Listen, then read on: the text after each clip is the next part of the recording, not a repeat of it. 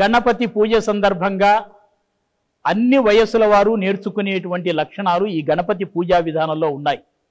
గణపతిని పూజిస్తున్నాము అంటే గణపతిలో ఏ శ్రేష్టమైన ఉత్తమమైనటువంటి గుణాలు ఉన్నాయో అలాంటి శ్రేష్టము ఉత్తమమైనటువంటి గుణములు మనం అలవర్చుకోవాలి అనేటువంటిది ధర్మబద్ధమైనటువంటి ధార్మికమైనటువంటి ఒకానొక సందేశం.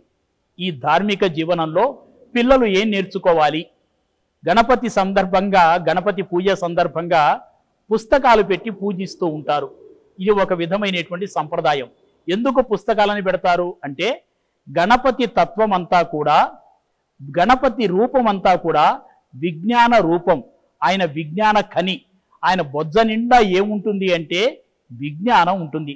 అది విజ్ఞాన భాండాగారం, జ్ఞాన విజ్ఞానముల భాండాగారము.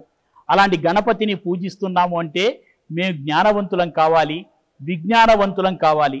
అందుకే జ్ఞానరూపి అనేటువంటి గణపతి పక్కన పుస్తకాలు పెట్టి పూజిస్తూ మేము అలాంటి జ్ఞానవంతులం అవుతాము అనేటువంటిది.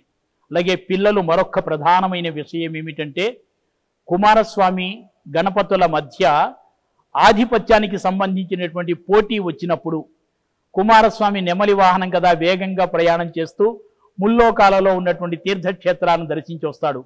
గణపతి యొక్క వాహనానికి అంత వేగం లేదు. గణపతి చాలా తెలివితేటలు కలిగినటువంటి వాడు. ఆయన జ్ఞాన సంపన్నుడు కదా. అందువల్ల ఏం చేశాడు? ప్రత్యక్షంగా ఉన్నటువంటి ఎదురుకుండా ఉన్నటువంటి తల్లిదండ్రులనే పరమ దైవంగా భావించాడు. ఆ తల్లిదండ్రులే పరమ దేవతలు, వాళ్ళను మించినటువంటి దేవతలు లేరు అని చెప్పి తల్లిదండ్రులకు భక్తితో ముమ్మారు ప్రదక్షిణం చేశాడు. ఫలితం ఏమిటో తెలుసునా? కుమారస్వామి కంటే ముందే ఆ తీర్థక్షేత్రాలలో దర్శించి ఆయన ఎదురు వస్తూ కనిపించాడు. కారణం తల్లిదండ్రులే ప్రత్యక్ష దేవతలు. తల్లిని మించిన దైవం లేదు, తండ్రిని మించిన దైవము లేదు అనేటువంటి ఒక మాతాపితృ భక్తి తత్వం ఏదైతే ఉందో గణపతి తన జీవితం ద్వారా చూపించాడు.